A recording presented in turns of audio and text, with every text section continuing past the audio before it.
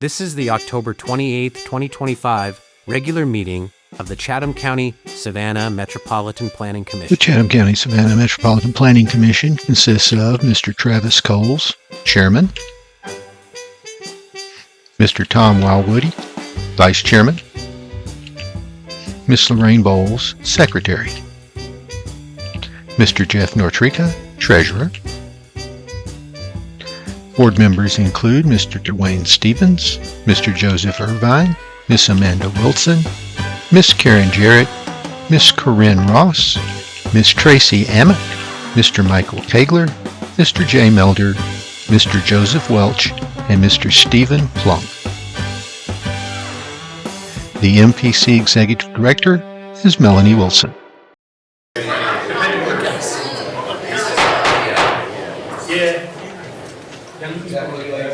Good afternoon, ladies and gentlemen. The October 28th regular meeting of the Chatham County Savannah Metropolitan Planning Commission will now come to order. We'll pause for the Pledge of Allegiance. Please stand. I pledge allegiance to the flag of the United States of America and to the republic for which it stands, one nation, under God, indivisible, with liberty and justice for all. For staff, petitioners, and members of the public who are participating, our procedures will be as follows. The agenda is broken down into several parts. First, notices, proclamations, and acknowledgments. Next, the consent agenda, which consists of items for which the applicant is in agreement with the staff recommendation, and there are no known objections. This will be followed by regular business, old business, and adjournment. For each agenda item on regular business, the staff will make a presentation. This staff presentation will then be followed by a presentation from the petitioner, should they elect to do so. The petitioner will be allotted a time frame of no more than 20 minutes. The board may then ask questions of the petitioner or the staff for clarification. Afterwards, the floor will be open for public comment. If you wish to comment on the item that the board is considering at the time, members of the public that are in person must fill out a blue speaker card and give it to staff. If you're participating virtually, use the raise your hand feature on your screen. Do not use the feature until the item you want to comment on is being considered. At the appropriate time, you'll be recognized and staff will unmute your microphone. At the end of your allotted time, and as determined by the chair, your microphone will be muted and the chair will recognize the next speaker. The total public comment time will be less than or equivalent to the petitioner's presentation time. Therefore, for those participating online, it is important that you use the raise your hand feature during the hearing on that item. If you want to speak on a petition, once the floor is closed for public comment on a petition, no additional speakers will be allowed. If you are not certain you want to speak, still use the raise your hand feature, or if in person, fill out the blue speaker card. You will have the option to decline when your name is called. After public comment, the petitioner will have the opportunity for rebuttal and then address any additional needed questions by the board. Finally, the board will take action. And the first order of business is the approval of the agenda. Motion to approve the agenda. Bowles, second. Thank you. It's been properly moved and seconded. All those in favor? Aye. Any opposed? All right, next we have notices, proclamations, and acknowledgments, which we have none of, so we will move to items requested being removed from the final agenda, which includes special use to establish a parking facility in TC1 zoning district, special use to establish a parking facility in the TC1 zoning district at 2505 Abercorn Street, and variance to GDP 502 Virginia Avenue. Is there anyone here to speak on these items? All right, need a motion. Motion to remove agenda items. Stevens, second. It's been properly moved and seconded. We'll do a voice vote again. All those in favor? Aye. Any opposed? All right, items requested to be withdrawn. There are none, so we'll move to the consent agenda.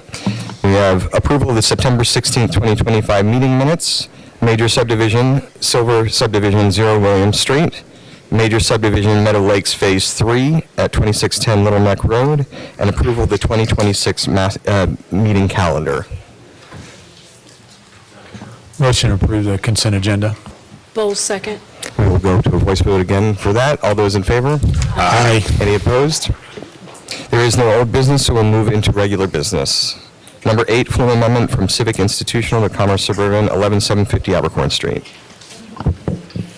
Good afternoon, Mr. Chair and the members of the board. My name is Subhashi Karunaratne, and I will be presenting both flume amendment and map amendment for 11750 Abercorn Street together, but it needed to be worded separately. So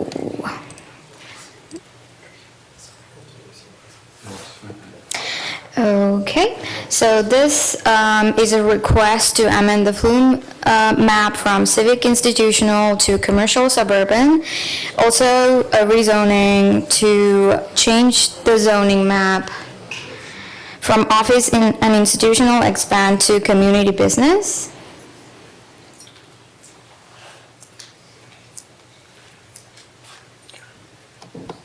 Sorry about that. And this is the property highlighted in yellow that we're talking about. It is at the junction of Abercorn and Mercy Boulevard. We'll go to the flume map. As you can see, the red portion here is commercial suburban, and that is the requested flume for this property. Right now, it has civic and institutional flume designation, and the requested zoning community business is again in the vicinity in the three other corners, and the existing zoning is office and institutional expanded. This right here is the aerial view of the site. As you can see here, these are the buildings, and to the northeast of this picture, there's the hospital, and right here you can see the Publix and some other commercial development, and the Georgia Southern Armstrong campus is somewhere to this corner of the property, and this is the Abercorn Street, and this is the Mercy Boulevard. So this is the concept plan of the site. Originally, there was a hotel with 5 buildings, as you can see here, and recently these 3 buildings in the front was destroyed with fire, and now the property owners are proposing a new development in the front of the property with a subdivision, but that is something that's going to happen after the whole property is going to be rezoned upon the approval of today's decision. And this property has an area of 121,000 plus square feet, and this curved frontage towards the Mercy Boulevard is something around 548 feet, and there's a 250 feet fronting towards Abercorn, but the access that they're proposing is toward Mercy Boulevard. Since this property is located in a commercial corridor, which is Abercorn, and because it is going to be a suitable commercial development in this junction of the 2 streets, staff is recommending approval for both the flume and the rezoning requests. Thank you, that's it for me. Any questions? All right, is the petitioner here? Good afternoon, members of the commission. My name is John Northup. I'm an attorney with Bowe and Falligan. And great, thanks.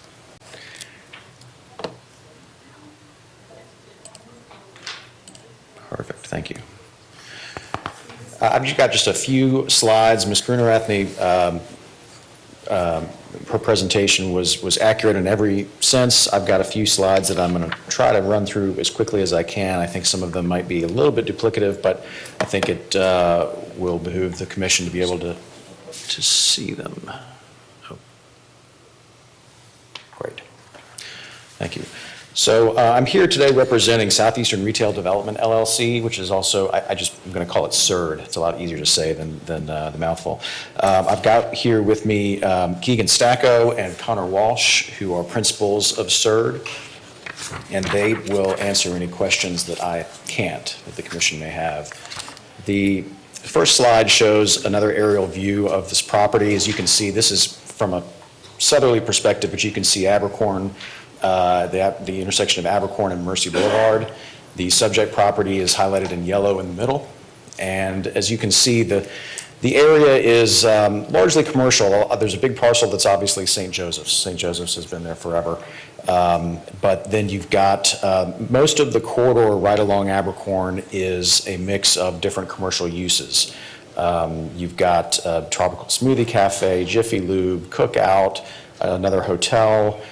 You've got some retail auto establishments. You've got a CVS across the street, some legal offices, and then immediately to the west, there is a rehabilitation center that is more in keeping with the medical type of use that St. Joseph's has just to the north. The property itself is 2.8 acres, roughly, and it extends back from Abercorn along Mercy Boulevard. You can see on the next slide, this is a historical view. This was actually taken in March of 2022.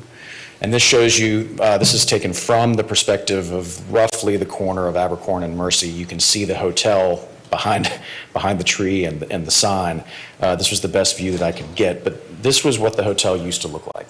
And then as Ms. Karunaratne said, in March of 2024, there was a fire, and the fire burned down more or less the front portion of the hotel, which was subsequently razed.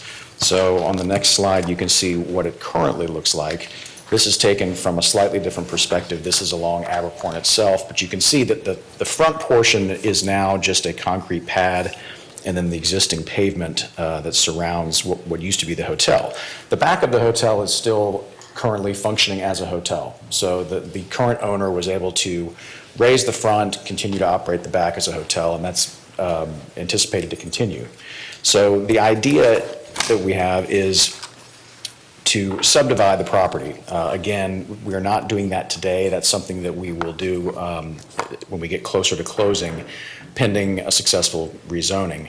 But you can see here, this is the concept plan again that was already shown, but you can see how the property is subdivided, with the northern portion being the remaining portion of the hotel that will continue to be run as a hotel, and then the southern portion will be developed into two different buildings, both commercial uses. One would be a coffee shop on the west side that's got a double drive-through, and then on the east side would be a building that would be a fast casual restaurant. And both of those would be serviced by the existing entrance that is just to the right.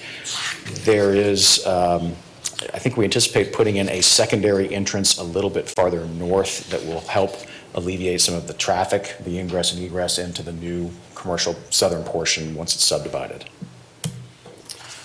So currently, the existing zoning classification for this parcel is office and institutional expanded.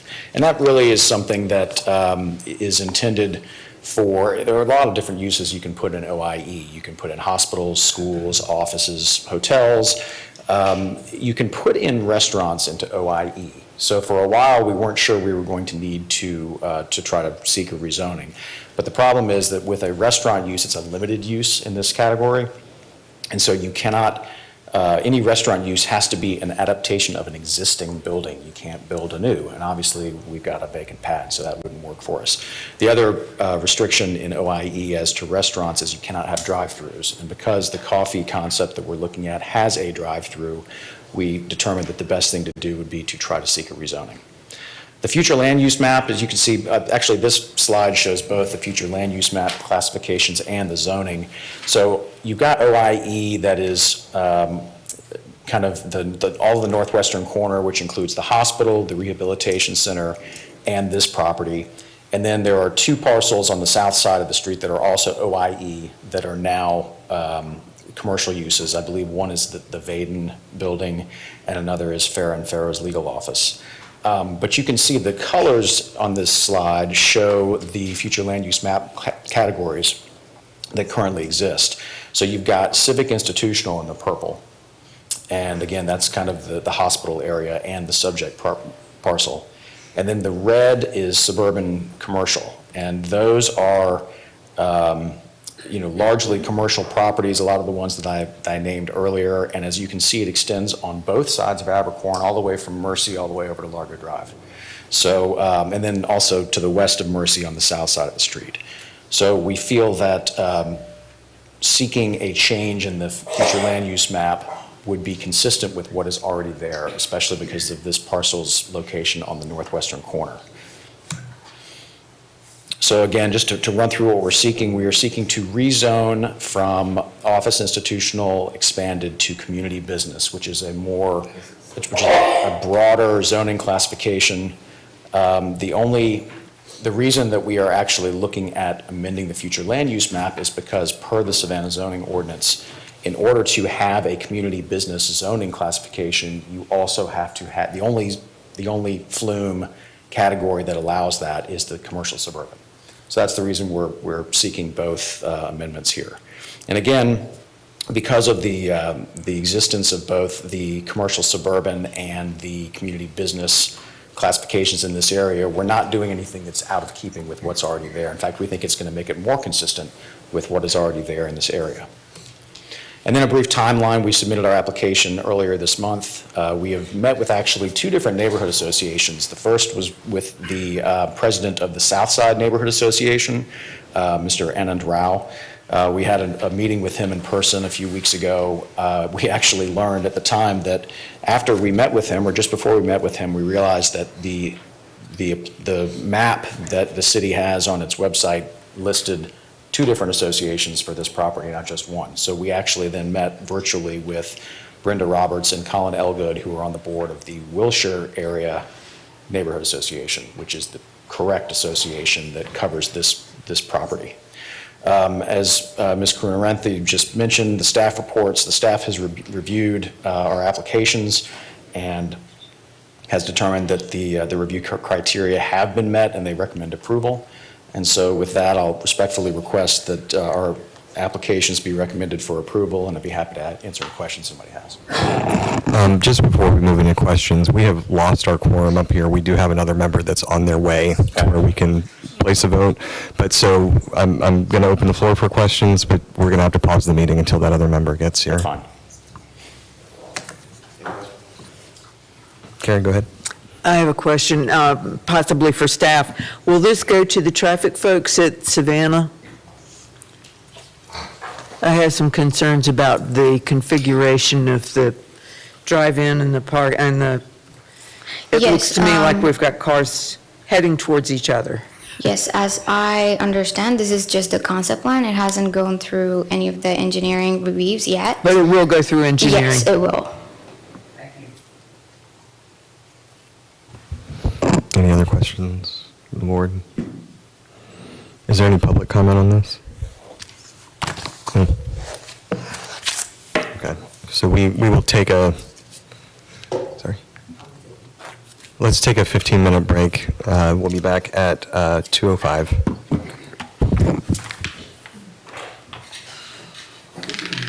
And again, just to the public, I apologize for this. We do our best to have quorums at these times of year. It tends to be the most challenging in Christmas time, but we should have somebody here within 15 minutes so we can resume.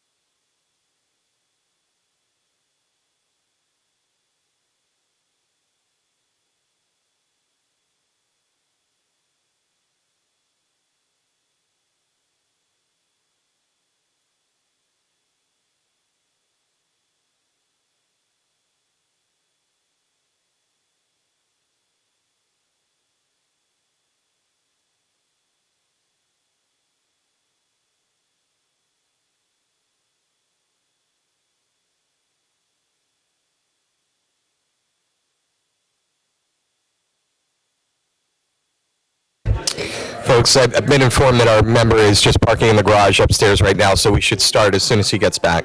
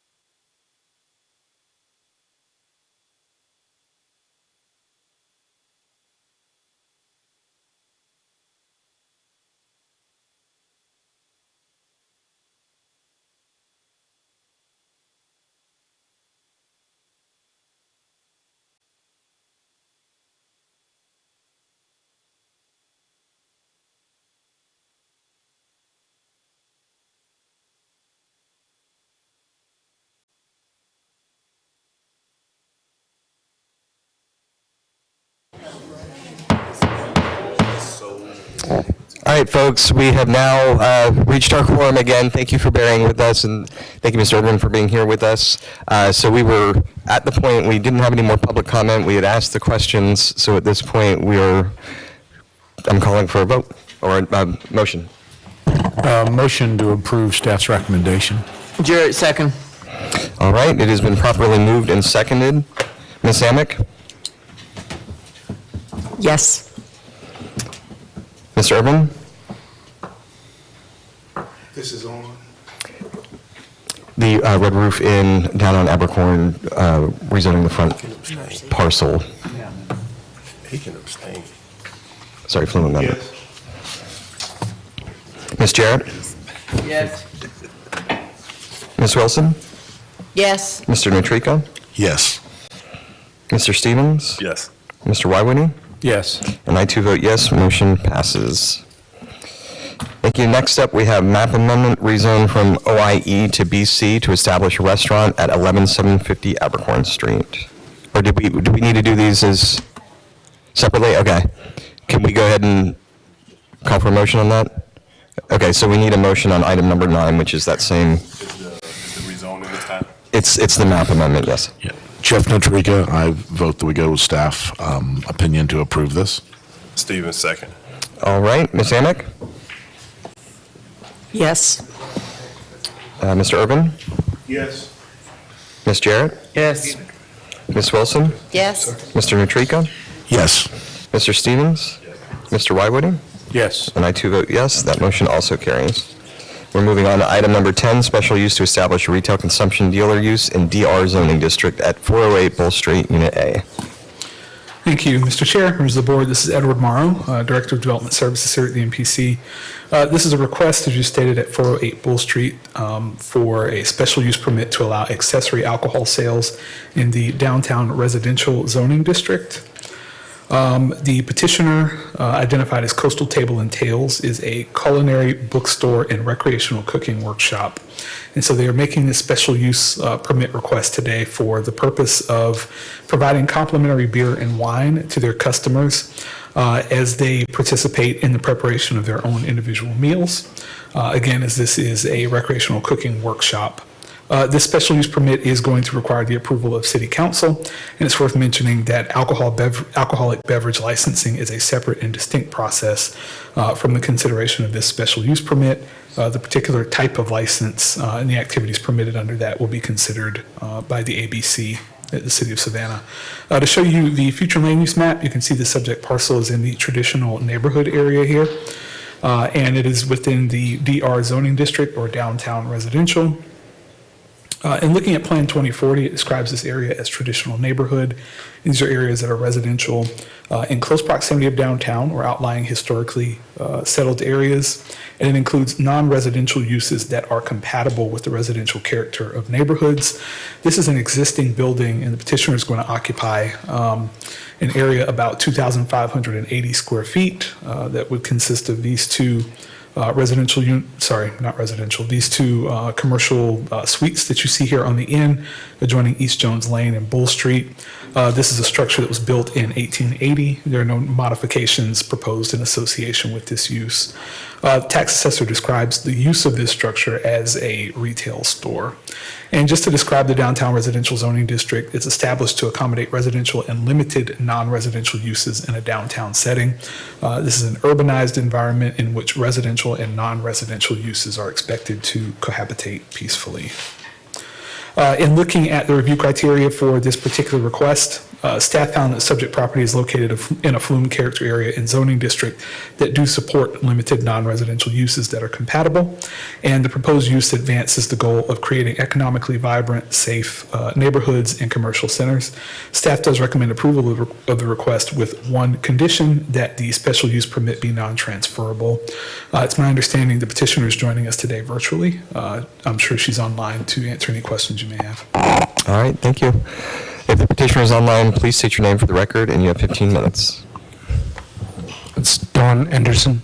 Yes. Okay.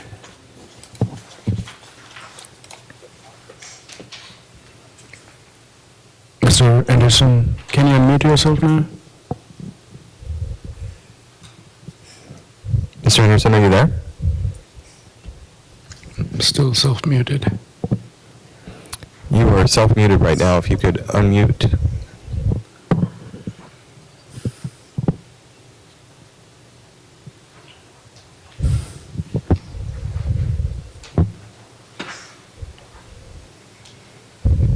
Do we have a phone number for him that we can call him? Or her, sorry, Dawn.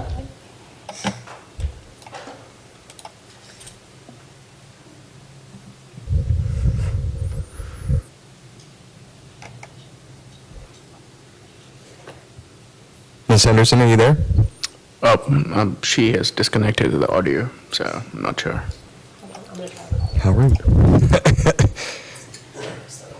All right, at this time, are there any questions for staff from members of the board? I have a question. Just from the board at this time, sir. All right. No? Okay, then we will move into the public comment. Oh, You want to hear from her first? is she back online?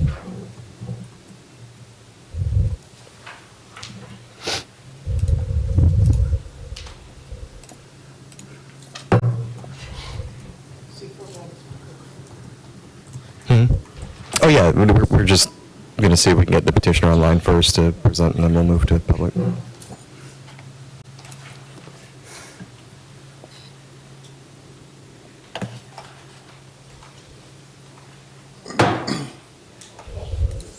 MPC, but I'm going to do a phone speakerphone so that you can talk into the microphone here at the meeting, okay? Yes, ma'am. All right, Ms. Dawn, you're on speakerphone. Thank you very much. Good afternoon, Commissioners, and thank you for the opportunity to be here today. As you are aware, my name is Dawn Anderson, owner of Coastal Table and Tails, located at 408 Bull Street. I need to make one modification. The presentation today noted that I occupy 2,500 square feet. In fact, I only occupy half of that space, approximately 1,300 square feet. There is another entrepreneur that occupies the remaining 1,200 square feet. So my space is half of the building. I want to begin by noting that I respect the neighborhood and the people who live there. While I'm a business owner, my husband and I are also looking to purchase a home nearby. We want to be part of the community, not just as shopkeepers, but as residents. As a result, I care deeply about preserving the character, safety, and quality of the historic district. Our business is intentionally small and focused. We are a culinary bookstore and recreational cooking workshop, not a restaurant and not a bar. Our classes are limited to 10 participants with seating for no more than 12 guests in total. Our plan is to hold 2 cooking workshops per week. There will be no food deliveries or service trucks. I personally will shop for ingredients at the Forsyth Farmers Market and local grocers. It's my intent to purchase locally and keep our operation small and intimate. Our organization, our bookstore is an intimate educational environment focused on food, culture, and community, not food service, and most certainly not nightlife. The special use permit simply allows us to offer a complimentary glass of wine or beer to guests after we prepare a shared meal together.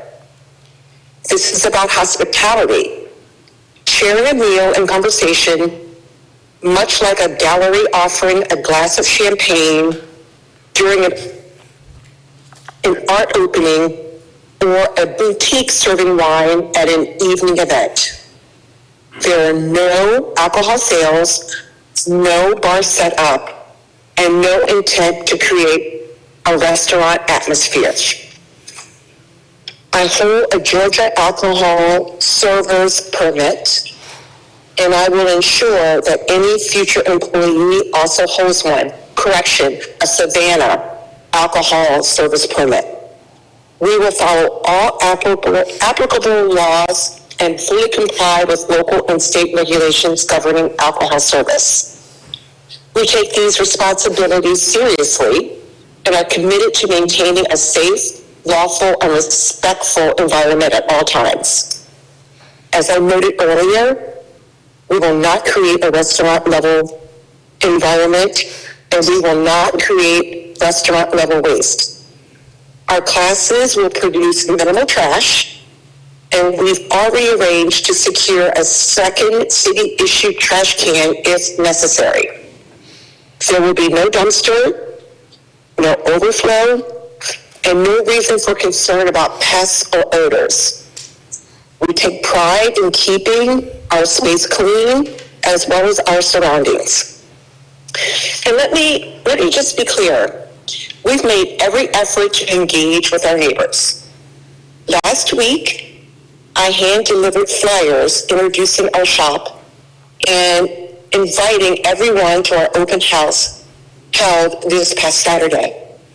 We had strong turnout, and an overwhelming majority of neighbors expressed enthusiasm and support for our business. Many said they're glad to see something creative, cultural, and community-centered opening on 3rd Street. You have 2 letters from neighbors opposing our request. One neighbor raised a fair concern. What if future business owners aren't as careful as I know we are? I think that's a valid question. But as confirmed by staff, special use permits are not transferable. And in fact, we requested of staff. We support staff's recommendation. We believe each application must stand on its own merit, and this commission has full discretion to approve or deny future requests. I support this safeguard wholeheartedly. It protects the neighborhood and ensures accountability. In short, Coastal Table and Tales is a small, intentional, community-minded business that seeks to contribute to Savannah's cultural and culinary life while being a respectful, responsible neighbor. We thank you for your time and considerations, and I'd be happy to answer any questions. Thank you, Ms. Henderson. Any questions from the board? All right, Ms. Henderson, if you'll stay on the line as we go through public comment, you'll be given time to rebut after that. Thank you. All right, first on our speaker cards, I've got Aaron Scott. Is Aaron Scott here? Please state your name for the record, and you have 3 minutes. My name is Erin Scott. Thank you for your time. I've owned property at 19 East Jones Lane, and I have been associated with Southern Food Alliance, and so I'm aware of cookways and how important they are to the community as well, all over Southern and all, so I know what she has want to do. But with that being said, they're a tour, and I've owned property since 2004. I'm aware that tourism is important to our community, and people around here say this block is the most famous in Savannah, especially Jones. Even though it's gratis, it could go to a Class C permit, and I'm curious about that and what it would do, especially with having 2 universities or colleges around here. As well, I'm curious about how late the events would take, hours, and also with cooking, like she said, possibly even there may be food waste, what it would do to possibly our homeless, which we have already a problem, and the safety of our neighborhood and community. Also, currently, there may be possibly, she said there couldn't be, but boxes and other things that would happen. Right now, there's parking, handicap parking up front, but yes, in the future, even with books and other things, would parking change? Would a loading zone happen, or along the lane? Because I own only the carriage house, and being between Drayton and Bull, if the lane is blocked, I have problems with the lane and me getting out and being out and not being able to have, being able to go out where I need to get out, and accessibility to get out of my house. I think that's about all I have to say. Thank you for your time. Thank you, Ms. Scott. Mr. Edward Hill. Thank you. My name is Edward Hill. I live at 2 East Taylor Street. My house backs up, or the back of my house is on East Jones Lane as this building backs up to it. The first thing I had was the 1,300 square feet. It's a little disconcerting because on all the applications, they indicate that 2,475.8 square feet is what this particular property is trying to get the beer and wine license for. But the fact is that it is only half of the building. It's half of a building. So the fronting on this thing is about 20, and it goes back 42 feet for the retail space of about 900 square feet. There is no fire exit. There's one entrance, there's one exit. There is a second story, sort of as a storage space, but it does not accommodate any way to get out, nor is there any vent for cooking food. I'm opposed to, basically what this is a restaurant, and I think it would be a good idea some other place, but we're not interested in having, as a neighbor, a restaurant in this small 900 square foot selling space. No fire exit. Anyway, we're opposed. So, thank you. Thank you, Mr. Hill. William B. Hale.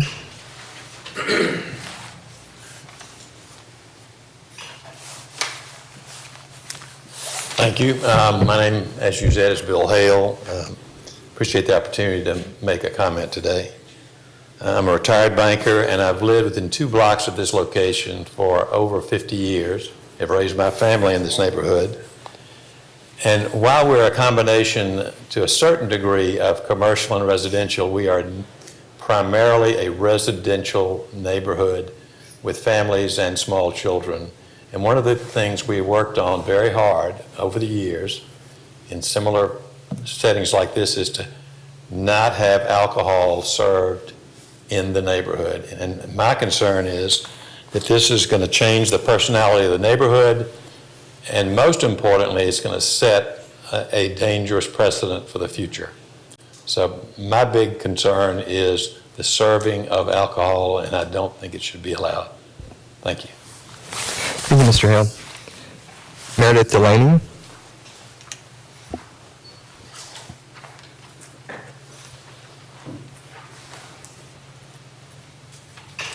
Good afternoon. My name is Meredith Delaney. I live at 4 West Taylor Street, which is just across Bull Street from this location. I might be a little bit scattered for a moment. I have a statement I'll read at the end, but just to respond to some of what I've seen on your screen and then heard from the renter, Dawn, in her speech before we began. This is located in an area that is zoned, as you said, a traditional neighborhood hood zoning. Excuse me, Don's speaker here. I'm not sure if he's her lawyer. Mr. Morrow is staff here at At the MPC. staff, thank you. I just was unclear as to who he was, but this gentleman did say, we are a traditional neighborhood. We have limited non-residential uses in a downtown setting, and we welcome those. We embrace our commercial neighbors. But as Mr. Hale just said, we have worked hard to maintain an alcohol-free zone. We have young families, we have young children, we have a lot of foot traffic, and we just know that there are already areas in our downtown historic district where alcohol is allowed and could remain. We appreciate that this is non-transferable, but we do know that it would be an exception that could be considered again and again. To what Don said about seeing only 2 letters online, I haven't been able to look online today, but I know of at least 4 people who submitted them. So if you don't see more than 2 letters, I hope we can check that. And the letters that I know of were all in opposition to this request.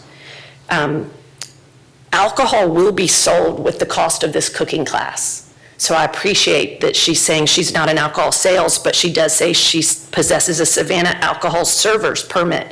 And I don't know why we need someone that has an alcohol server's permit to operate something that is not a restaurant and not a bar. It's required by the city. Okay, well, thank you. But if this is not a restaurant and not a bar, I'm not certain why we have someone who serves alcohol with a permit.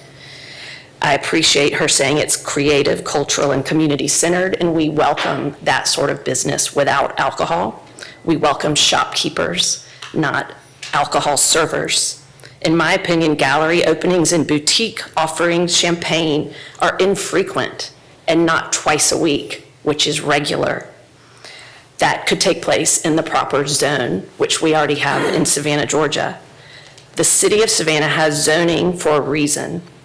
We have several commercial businesses in our neighborhood where the petitioner will rent and the residents support these businesses. They have daytime commercial hours and do not provide alcohol. This renter at 408A Bull Street should have to follow the zoning rules already in place that every other commercial entity in this area follows. There should be no special exceptions for this business. Is that for me? Or You can continue a little bit longer. I interrupted you, so go on. Sorry. Thank you. In my opinion, exceptions lead to the loss of rules that were put in place to govern. And much time and work has gone into our MPC zoning plan. I know years ago on the DNA board, I was a part of many meetings to responsibly zone our city. We must respect the rules, and we will work together as residents and businesses in our beautiful city supporting each other. This is what makes the fabric of Savannah so special and draws thousands of visitors a year to witness it. Once that fabric is destroyed, there will be nothing historical or beautiful to see, only variances and exceptions. I ask that you deny this request for another exception in our historic district. Thank you, Ms. Thank you Lane. very much for your consideration. Thank you. Caroline Hill.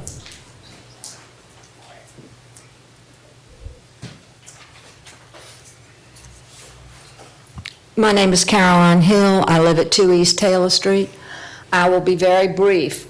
We, the neighborhood, do not want any exceptions to our zoning as it stands now. This is a special permit that we feel will upset the balance that we've got in the neighborhood now, and it will open up the doors for many, many more. It just always does. We've lived here for 45 years, and we see it happening every day. And it wasn't stopped in the beginning, so it just rolls on, and all of a sudden, we've got a full-fledged restaurant and bar. We ask you to please not approve this permit. Thank you. Thank you, Ms. Hill. Susan Atkinson.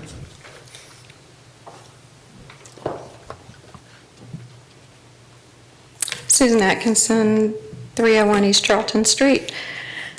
I have not met the owner of the building, which I understand is a prominent restaurateur, but I have met the petitioner and the renter of the space, Dawn, who seems, as you could hear on the phone, very bright and business savvy. So it makes me wonder why a very savvy business owner would choose to rent a space in a non-alcohol neighborhood when she has the opportunity to have a business. If she wants, if priority is serving alcohol, or to entice her clients in with by the serving alcohol, that she would choose a location that clearly does not allow it. Retail is different than commercial. As you know, retail is 9 to 5 typically, quiet people perusing. I know Dawn mentions, and with good intention, that it's 2 days a week and in quiet and all that, but plans change and things happen, and before you know it, it could be 7 days a week, it could be into nighttime, and it could transfer into something a little more disturbing.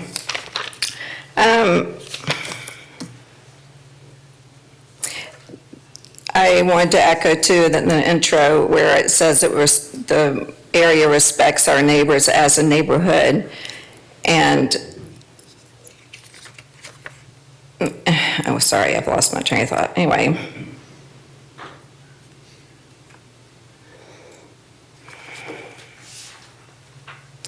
I just had one idea too.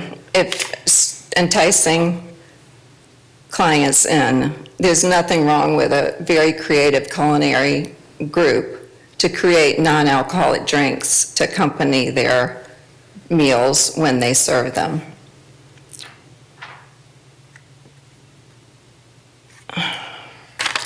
I just really hope you'll see that this is inappropriate and that the applicant had every opportunity to choose a place that was zoned for alcohol, and she chose not to. And that to me seems suspicious in itself. Thank you for listening. Thank you, Ms. Atkinson. Mr. Parker? Hi there, I'm Greg Parker, and I live at 10 East Taylor Street, and I own 12 East Taylor Street, and I back up to this building as well. Commissioners, thank you so much for allowing this public input to occur and to hear what it is that the neighborhood thinks.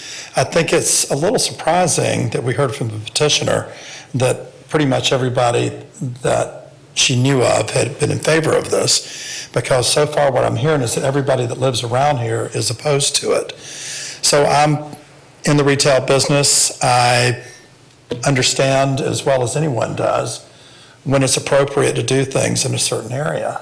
And I've certainly been before planning commissions to say that I want to have a convenience store here, and people didn't think it was appropriate then. So I've been a part of this, and I've been on both sides of it. I'm a little perplexed why, and I feel like these other people that have presented have been a little more articulate than I am, but what Meredith said and what Bill said and what the Hills have said are all factual and true. It's perplexing to understand why you would come into an area like this and try to do it and then say, but we want to have alcohol. And I understand that this if this is passed, it's not going to transfer to whoever else is going there. But I think it's setting a precedent. And that's my real concern. If we make a precedent, an exception for this petitioner is then the person that owns the building or somebody else is going to come in behind it and said, well, you gave permission to have it before, so perhaps maybe you will consider doing it again in the future. I think we've got to protect what we have. You know, our downtown community is very special. It's the centerville of everything that makes Savannah special. And I think we should guard this with every fiber of our beings. We don't want to be just a hospitality community. We don't want to be just a tourist community. And I was very impressed hearing the petitioner read her speech to us, and I think she's probably a very fine person that's got the greatest of intentions. But there are lots of opportunities for commercial spaces in Savannah where this wouldn't require an exception. And I hope that they're very successful in what they do and they find the right place, and I would welcome them, embrace them into our community. But like everyone else has said, I hope that this commission will decide to deny this request. Thank you very much. Thank you, Mr. Parker. Louisa Morris?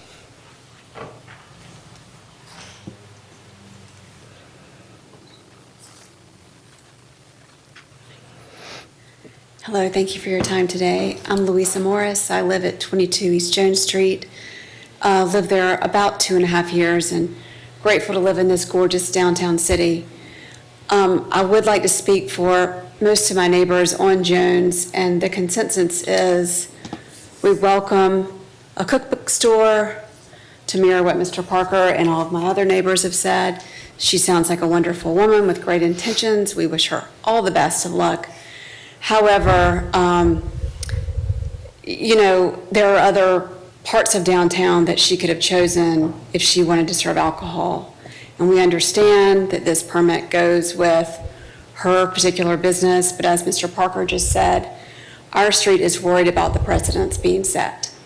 And years down the road, if she's no longer there, the next person that comes in, well, what will happen then? Will it be, oh, well, they could sell alcohol, so we might as well grant these people the ability to sell alcohol, but maybe next time it's one step up. Maybe it's a boutique bar, maybe it's a small restaurant cafe. So as far as all the neighbors are concerned, we thank you for listening to us, and we really hope you'll consider this for the neighborhood and keeping it quiet in our little zone. We have lots of restaurants all over downtown, which we all enjoy, but they're not steps from our doorstep. Thank you. Thank you, Ms. Morris. Do we have anyone online? No, sir. All right, Ms. Henderson, you have the opportunity to rebut and respond to the public comment now.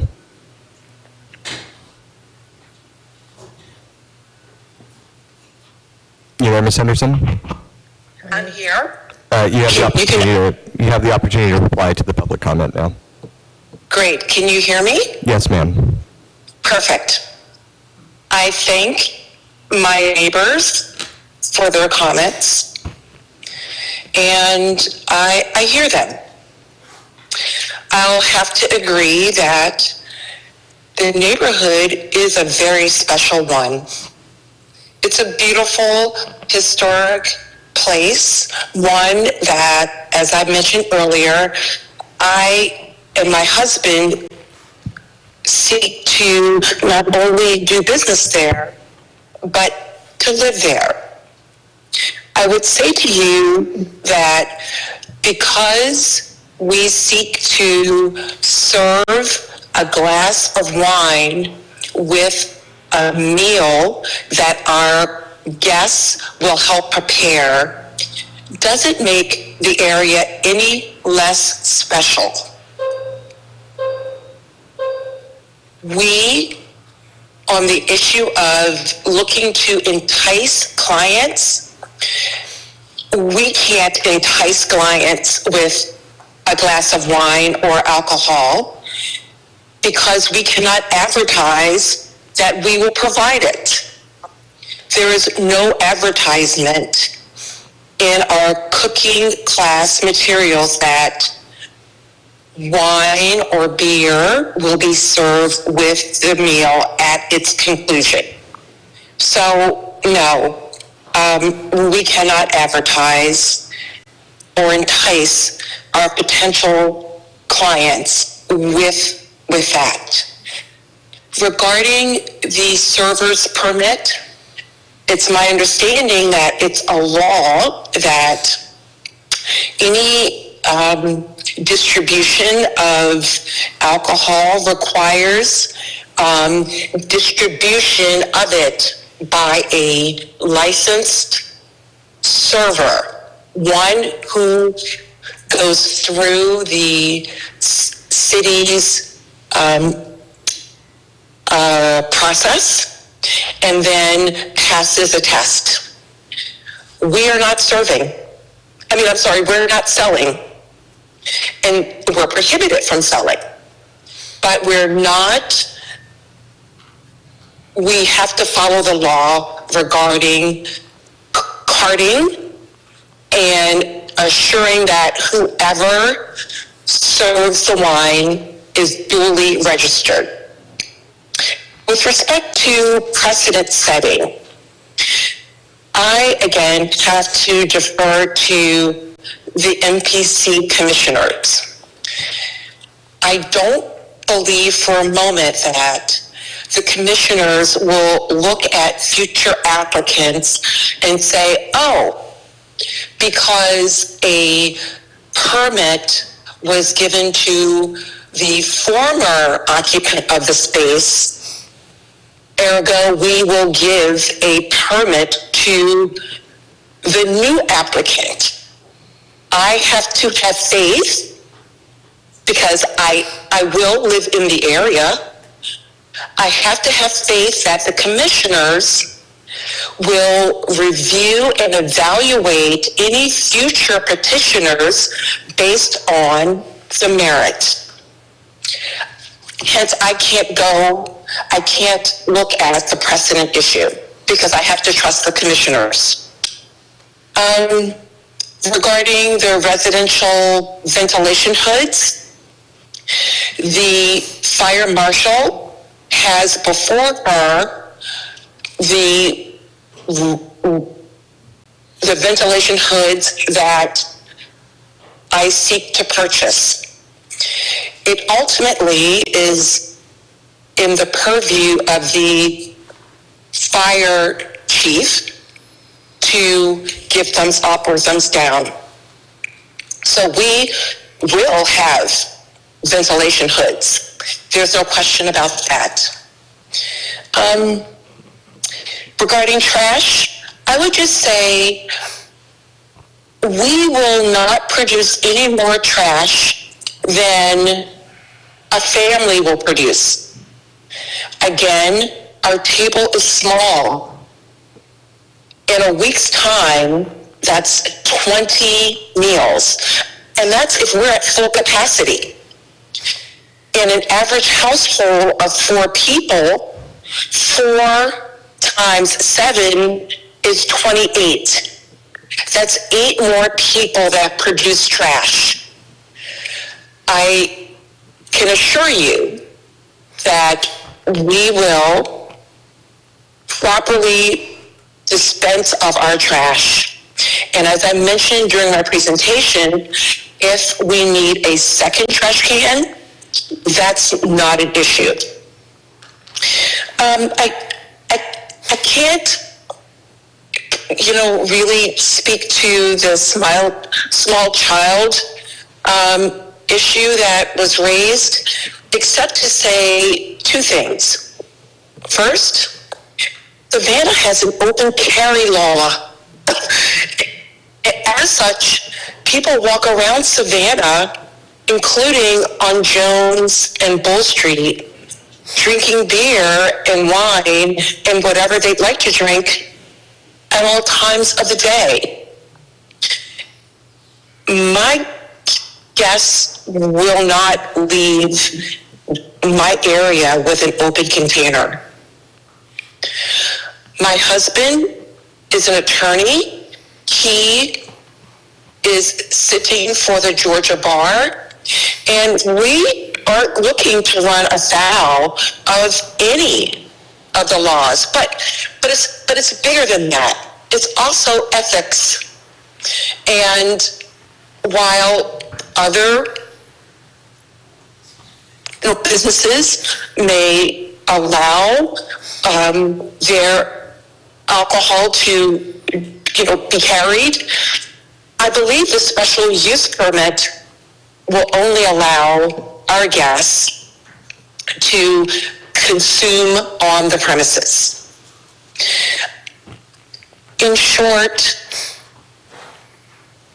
I hear what the neighbors say. I too will be a resident of the neighborhood. I care about what happens there. And our little culinary bookstore, which has no connection to the owner of the property other than I am a tenant. I've not met her.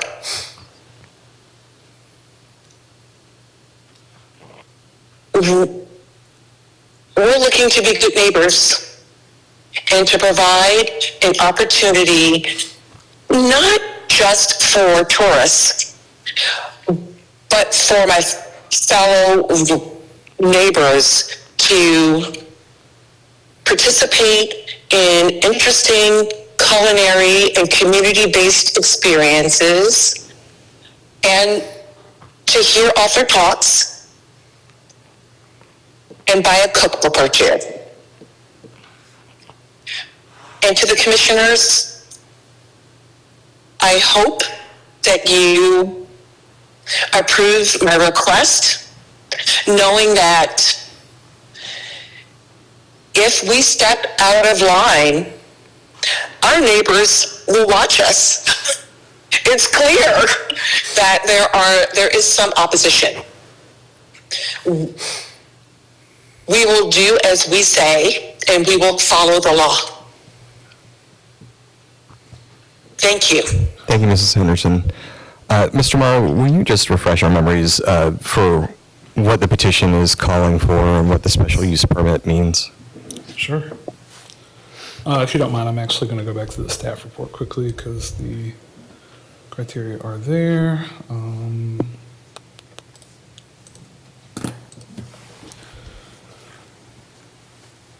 So the ordinance offers some provisions regarding to uses that are potentially acceptable within a particular zoning district, but maybe they shouldn't necessarily be permitted by right. And so when someone is asking for a special use in a given zoning district, special uses don't generally appear across the ordinance as the same in every district.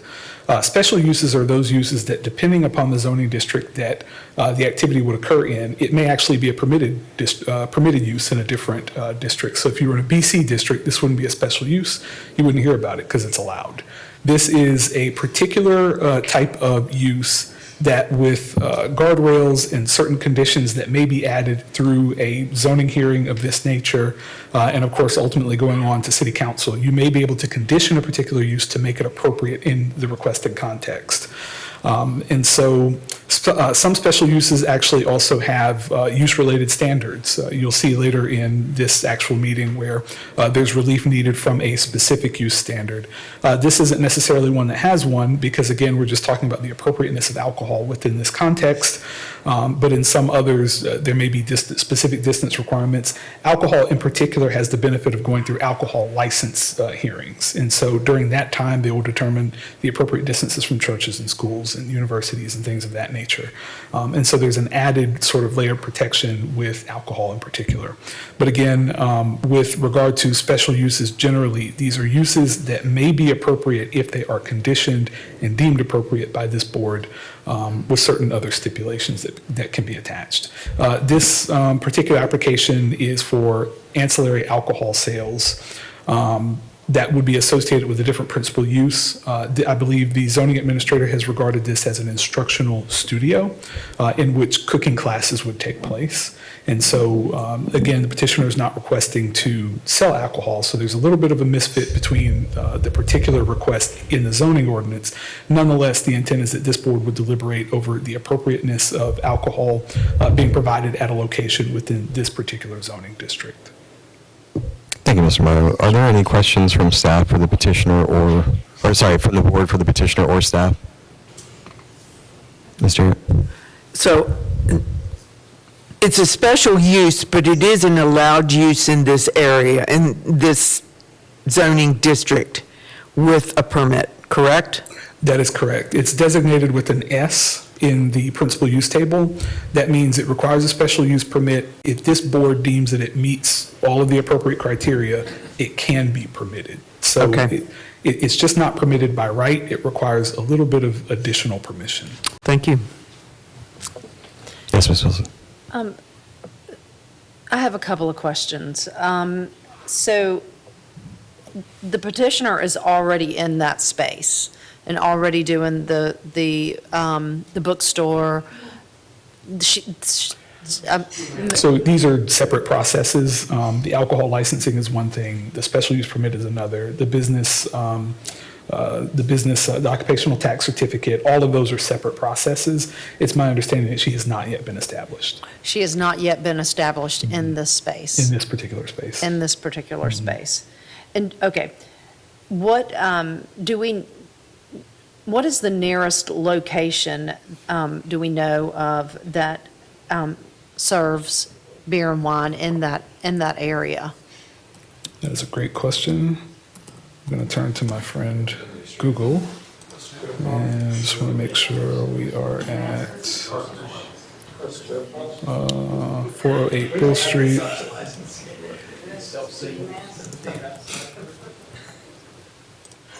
think the closest place is on the corner of Liberty and Bull. For the public. Second part, Collins Quarter or Public Kitchen and Bar. That's still Liberty. Liberty Street and Forsyth Park.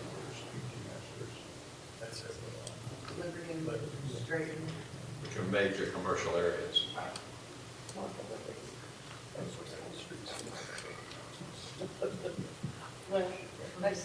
Because right there across from One Fish, Two Fish, there's a, They requested an alcohol license and were denied, or something special use, and they've been denied repeatedly. Asher and Rye has wanted a special use, and they've been denied. we need order. Folks, this is not public comment session right now, so please keep the comments from behind to a minimum.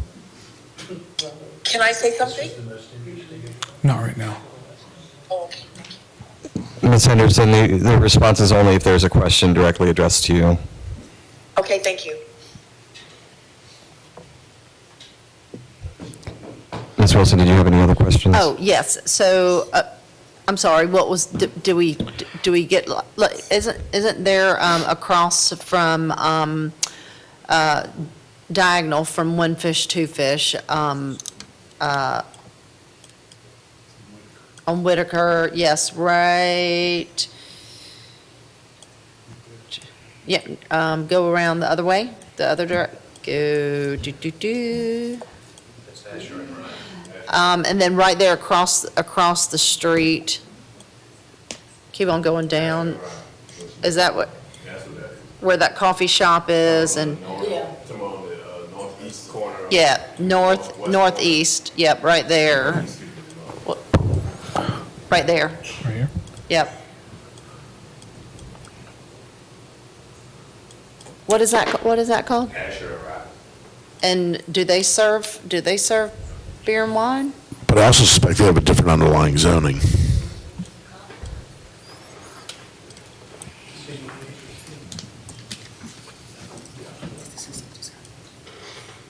And do we know the cooking class hours?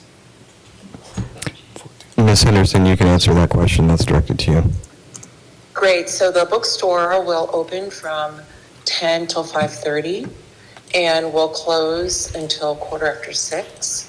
And the cooking classes will occur from 6:15 to 8:15, no later than 8:30, at which time the bookstore will be closed, everything will be closed, and we will clean up and leave.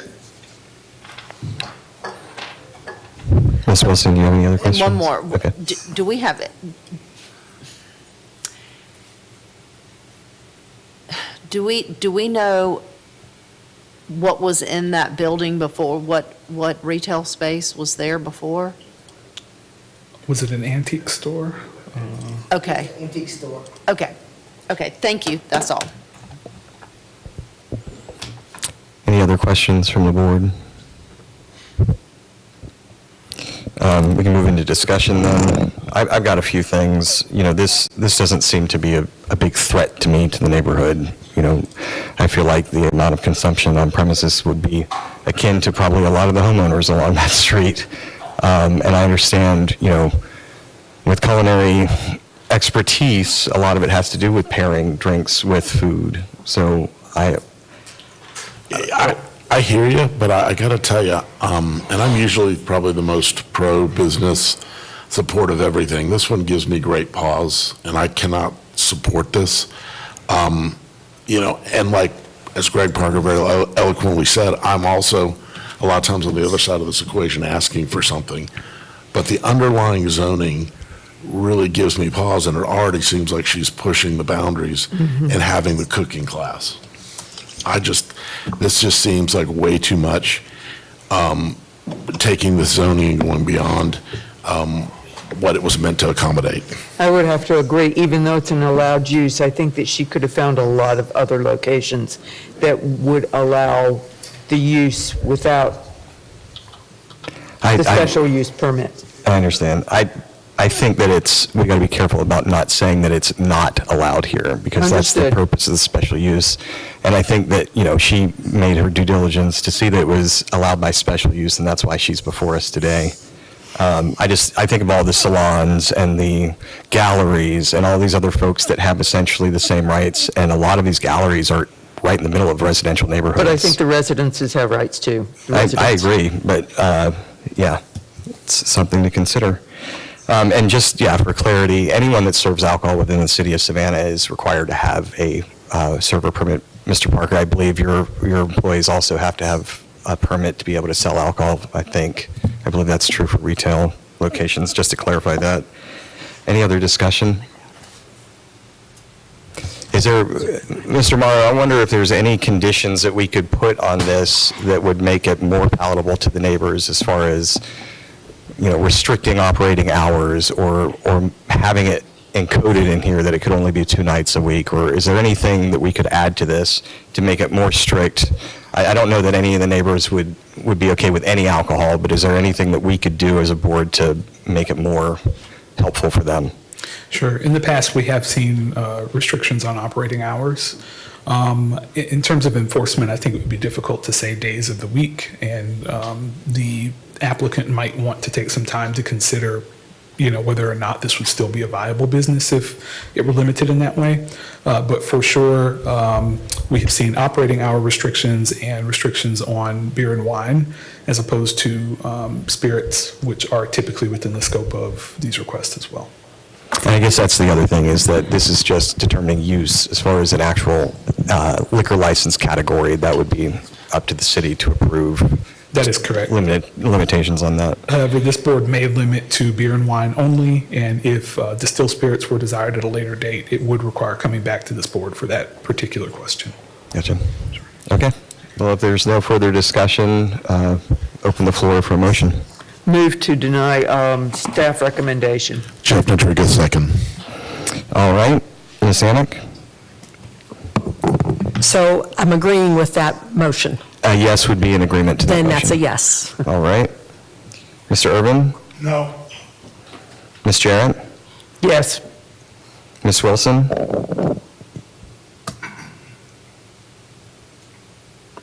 Yes. I'm sorry, what was the? Yes. Okay. Mr. Nitriga? Yes. Mr. Stevens?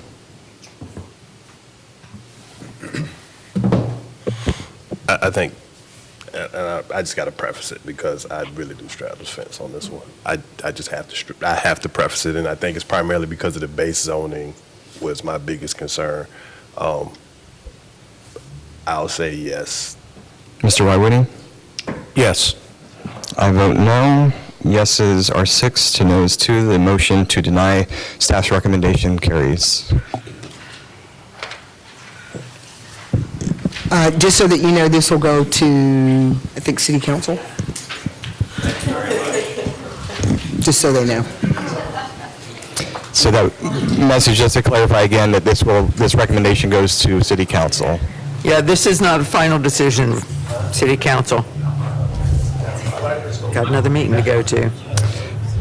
And thank you to the public for showing up and expressing your concerns. All right, next we have, where are we? A variance to GDP 509 West 62nd Street. Good afternoon, Mr. Chairman and members of the board. This is Sadie Eschler with Development Services to talk about 509 West 62nd Street. So the petitioner is seeking MPC approval of 2 variances in association with a non-conforming minor subdivision in the RSF 6 zoning district. The parcel is proposed to be subdivided into 2 new lots, as you can see on the screen here. There is an existing primary dwelling that will remain on the lot right here, and then a proposed primary dwelling will go on the other lot. So the following relief is requested. 1, to reduce the minimum lot area required from 6,000 square feet to 4,252 square feet for 2 lots, and 2, to reduce the minimum lot width required from 60 feet to 45 feet for 2 lots. The subject parcel is currently conforming in the RSO 6 zoning district.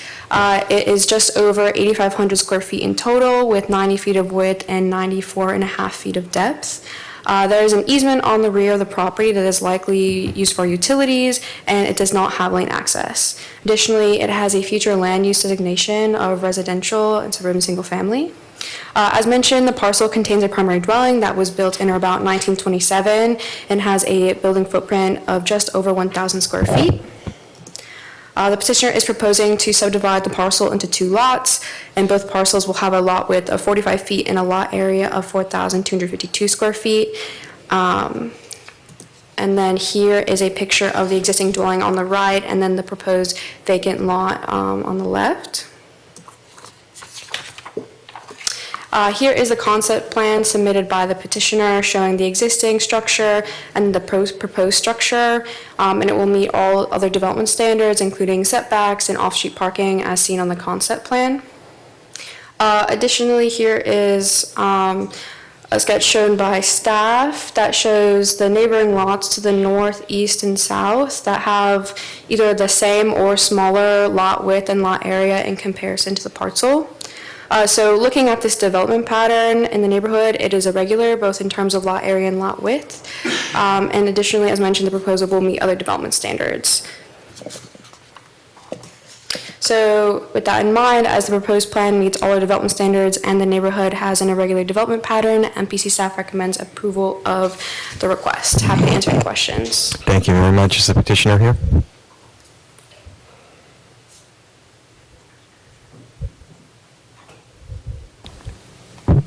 Was it Scott Cook?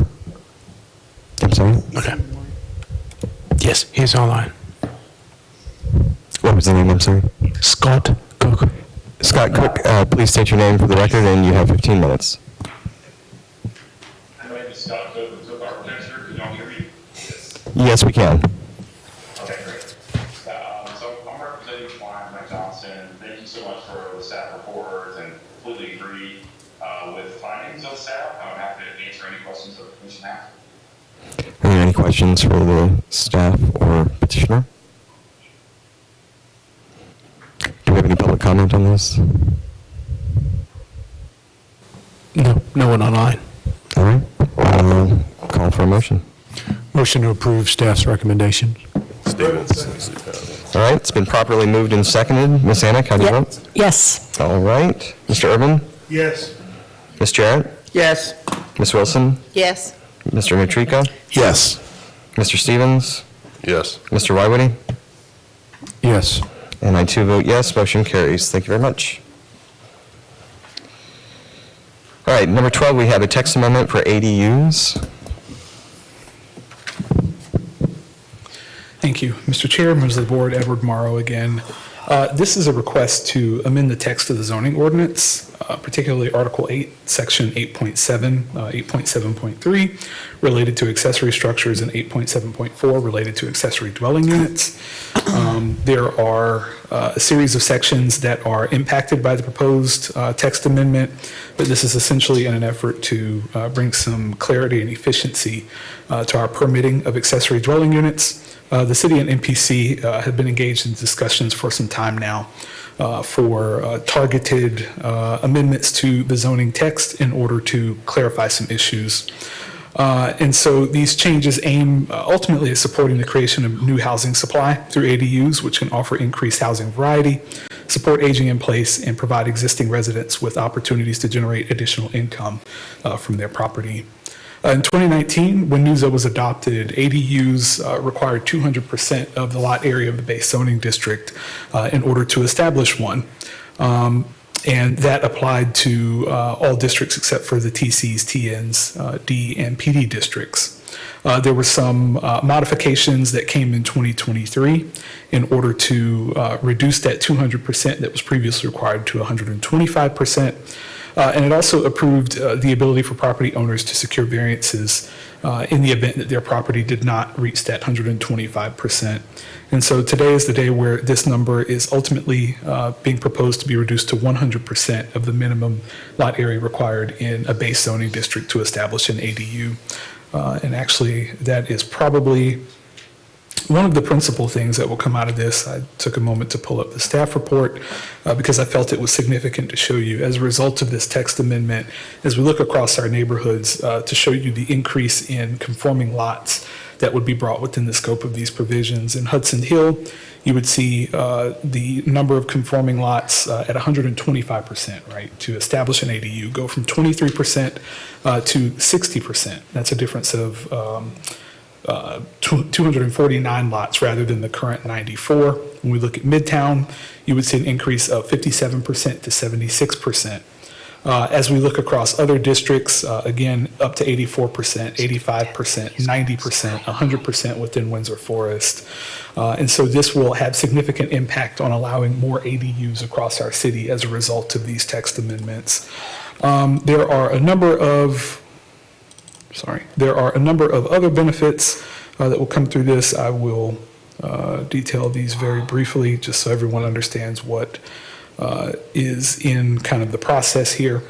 So there is added language to clarify which zoning districts and housing types allow ADUs. This was a point of, I won't say contention, but question as staff debated kind of which zoning districts should be permitted to have ADUs established. Also, the revisions allow for easier development of existing garages. There are a number of accessory structures that were built related to some of our dwellings in older neighborhoods, and so the conversion of those is a request that we see frequently. This text would allow folks to turn existing accessory structures into ADUs with much greater ease than they had experienced in the past. As I've just spoken about, the reduction from 125% to 100% for the lot area. It clarifies standards for multiple dwelling units on a single parcel and reflects the historic interpretation of the requirement. We would also see clarification in how it is that we get to the 40%. There were questions at one time about how it is that existing accessory structures and those proposed would be added up in aggregate to understand how much or how large an accessory dwelling unit could potentially be on a parcel. One of the more significant items, too, is that it removes the requirement that HPC provide a recommendation for ADU variances. This is going to significantly expedite the permitting and review process. This text amendment does advance some of the priorities expressed in our strategic planning documents, particularly GPS. This advances items in Goal 2, related to the implementation of programs and partnering with organizations to build, retain, and improve affordable and workforce housing options, and also updating housing policies and ordinances to remove barriers. Also, the Housing Savannah Action Plan says that where possible, we should support appropriate zoning and development standards and licensing and similar ordinance amendments that promote housing affordability. And so this is moving in that direction. One thing that MPC staff did note in its review of this text amendment is that the text does not set a minimum floor area for ADUs. Previously, there was a 400 square foot minimum. This was removed in a 2023 amendment. And so right now, our baseline standard is compliance with IRC and other applicable development codes. It is very much a safety-oriented approach rather than a livability. And so we thought it worthwhile to bring to your attention the idea that if ADUs are to be seen as long-term residents, that these are places that should be designed with respect for the needs of the occupants for functional space, storage, privacy, and accessibility. When we look at housing that's often developed around federal and state affordability standards, they tend to be larger than the IRC or the IBC would require, simply because these are dwellings where we intend for people to stay for a long period of time. They're not short range. They are definitely long-term residences. And so with that, that was the one item that staff wanted to bring to your attention. In addition, we'd like to recognize that one of the changes to the text would allow the variability of the number of bedrooms in an ADU. And so with this addition of bedrooms, you would get an added demand on all of our engineered systems that support our neighborhoods, streets, stormwater. And so MPC staff does encourage this board to consider dimensional minimums to ensure housing quality. consider criteria for appropriateness of allowing multiple bedrooms, and also for identification of priority growth areas and contextual guidelines. And you'll notice that last one is some language borrowed from the housing affordability text amendment that came through. There were some standards that we expected to come from the city with regard to identifying areas where additional growth might be necessary, so that we wouldn't create situations where you've got substandard living conditions for people that already are there or for those who would be coming in. And so that's something that we would still like to keep in mind as we talk about additional growth and density in some of our interior neighborhoods. With that, MPC staff does recommend approval of these proposed text amendments with one condition, and that is the establishment of variance criteria for Section 8.7.4D3, permitting ADUs to contain multiple bedrooms within 90 days of council's adoption of the proposed text amendments. Again, this is in the interest of ensuring that the Zoning Board of Appeals has adequate instruction as to what factors they should be considering before someone is allowed to establish multiple bedrooms in an accessory dwelling unit. And I'm happy to answer any questions you may have. All right, thank you. Do we have anyone from the city to speak on this? I believe Ms. Liddy was tied up with Civic Center engagement activities, but she did correspond. Okay. I see her online. She wasn't on here before, but now she is. Ms. Liddy, are you there? She is willing to speak.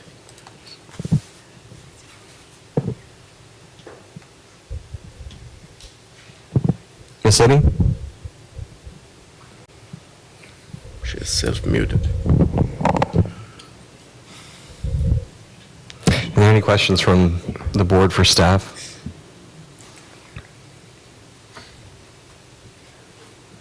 Anybody? Bueller? No. I guess, I just want to confirm that what you're encouraging with the added bedroom equates to the added demand on engineered system.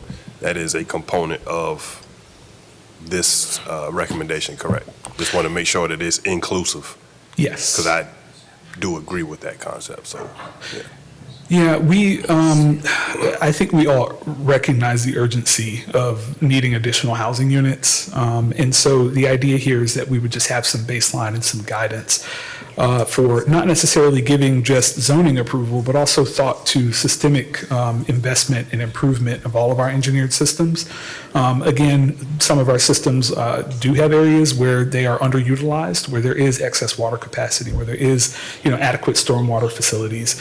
But some of these other areas, they are at their capacity or over their capacity. And so just giving a little bit more framework to understanding where it is that we need to make investments to support these additional zoning allowances that would come through.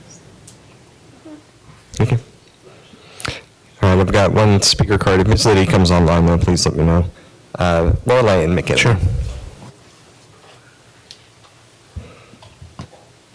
Good afternoon, Commissioners. My name is Lorelei McKinnon, and I'm a resident of Greater Ardsley Park. I want to express my strong support for this amendment. Expanding flexibility for accessory dwelling units is a meaningful and practical step towards addressing Savannah's housing shortage and towards restoring more missing middle options in our neighborhoods. For decades, we've steadily eliminated smaller, more attainable housing types from our zoning code, leaving few choices between a large single-family home and a large apartment complex. So ADUs will help to fill that gap and will allow homeowners to create modest, well-designed homes for aging parents, adult children, local workers, adding gentle density without disrupting neighborhood character. This change also reduces unnecessary red tape and makes it possible for more residents to be part of the housing solution, so not just developers, big D developers. It's a forward-thinking reform that supports affordability, flexibility, and the long-term health of our community. So I thank you for your leadership in advancing this important step. Thank you, Ms. McKinnon.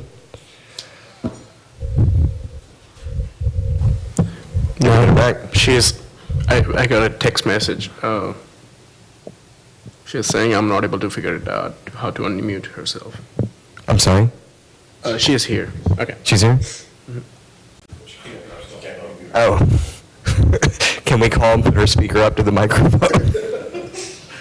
I'm happy to do that. Bridget incoming.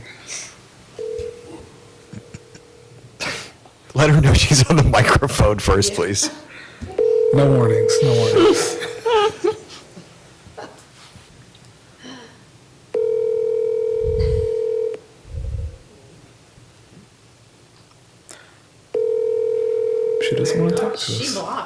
Okay. New phone, who dis?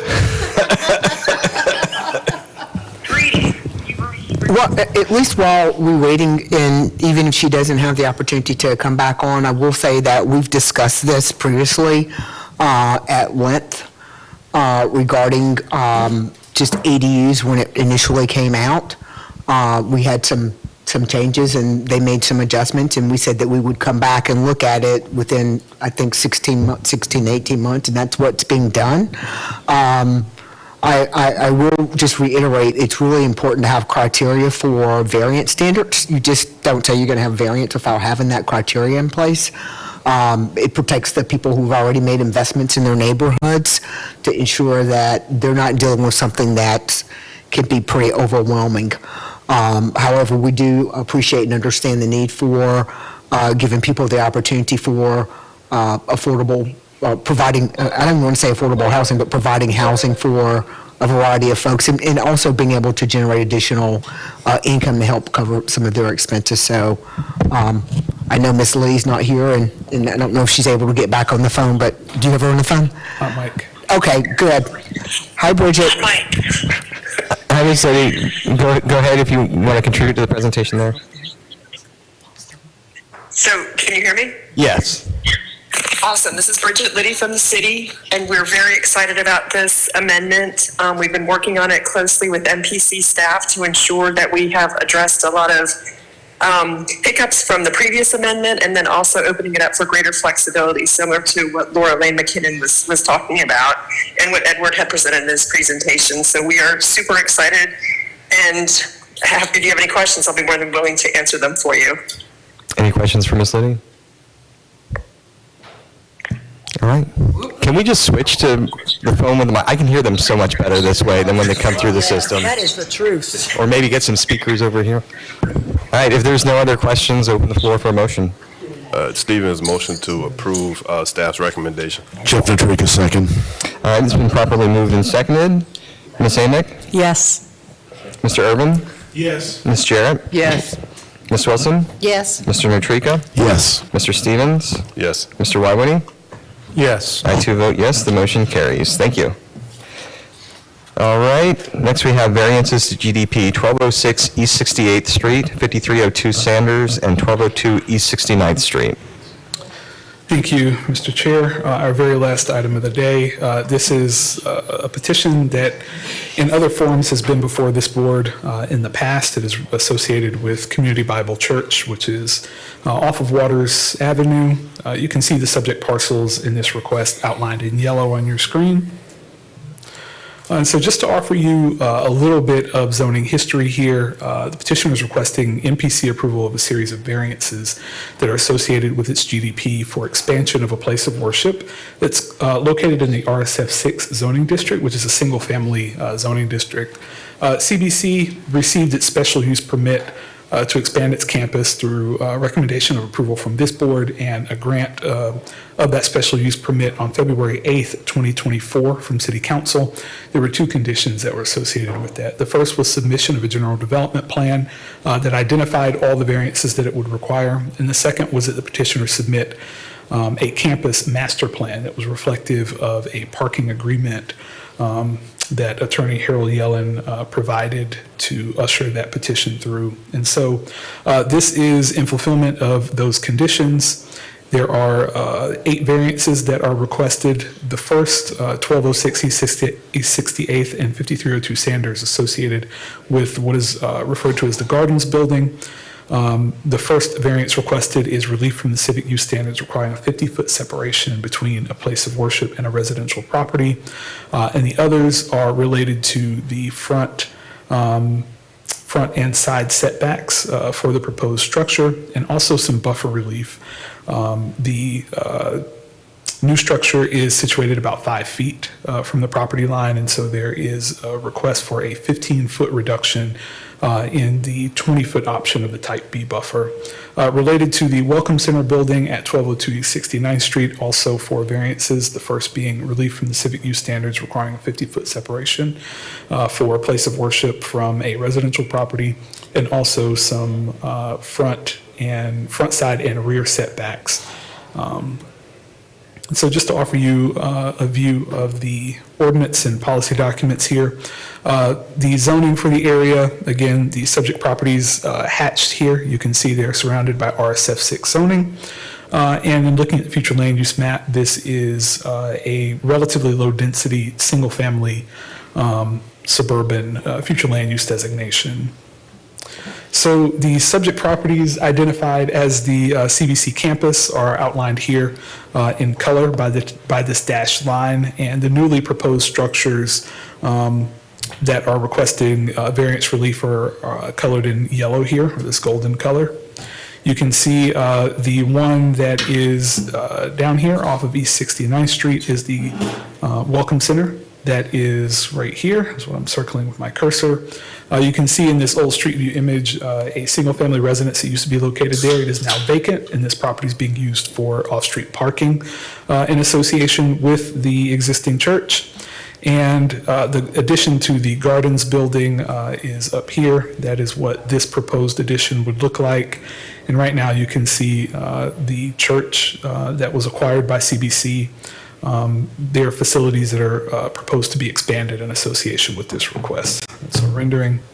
There are several standards at issue here. First, those related to 5.7.6 of the zoning ordinance, which details all of our setbacks for permitted non-residential uses within the RSF 6 district. Front and rear setbacks are required to be 30 feet. Side setbacks are required to be 20. Section 8.3.15 details the civic use standards, and so that's the one that states that a place of worship has to be 50 feet from any residential property. And third, section 9.5.4 is related to our general site standards, and this is where the type B buffer comes in. You can see the new building would sit just about 5 feet from this property line. The variant of this buffer that the petitioner has chosen is 20 feet wide, and so they require 15 feet of relief. And so this visual here, I've chosen the landscape plan to show you not just the line work, but also to show you how the petitioner plans to buffer these structures from the adjoining residences. So you can see the welcome building that is here would have a nice buffer, but it does require some front, side, and rear setback relief. Everything outside in red, outlined in red is encroaching into a setback, and that is the variance relief requested. This is the body of an existing building. You can see here it is situated about 5 feet from this property line. And I would say this is 1980s construction, more or less. And so this is a building that was not built by this current congregation, but that was acquired subsequently. And so this is an expansion of that building that the current petitioner is proposing to place here. And so that setback is consistent with the existing structure. Again, everything outlined in red, requiring variance relief here on the front, the side, and you can see the landscaping that will be right here. And so with that, MPC staff does recommend approval of these requested variances, and that does require that these parcels be recombined, those identified as 1202 East 68th and 5202 Sanders Street. Otherwise, we would have some issues in applying these setbacks. They are currently subdivided for single-family residences, and so that recombination is going to be necessary. I'm happy to answer any questions you may have. Thank you. Is the petitioner here to present? Yes. All right.